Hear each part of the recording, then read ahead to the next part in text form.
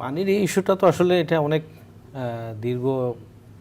দীর্ঘদিনের একটি বিষয়। যে ফারাক্কা যখন চালু হয়েছিল সেটাও প্রায় 1974-এ।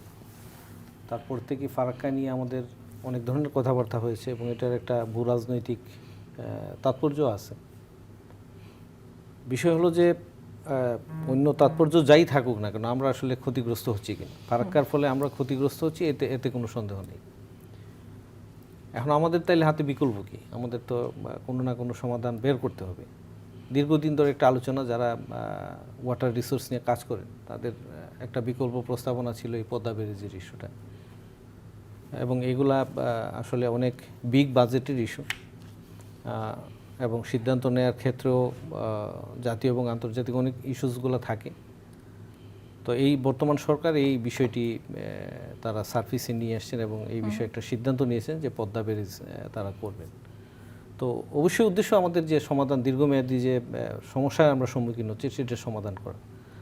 নতুন করে আমরা ফাঁদে পড়বো, এটা আমার মনে হয় না। ফাঁদে পড়লে আমরা, বিশেষজ্ঞরা তো বলছেন যে উজানে পলি জমে এটি আরো ক্ষতিকারক হতে পারে আমাদের জন্য।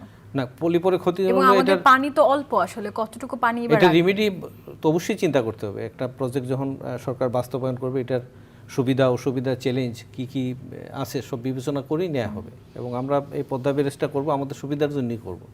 যদি দেখা যায় এই পদ্মা ব্যারেজ আমাদের আলটিমেটলি কোনো কাজে আসবে না, তো নিশ্চয়ই সরকার এই পথে হাঁটবেন না।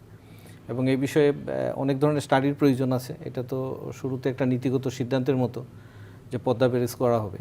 তো এটার অনেক সায়েন্টিফিক ইস্যুজ আছে, টেকনোলজির বিষয় আছে।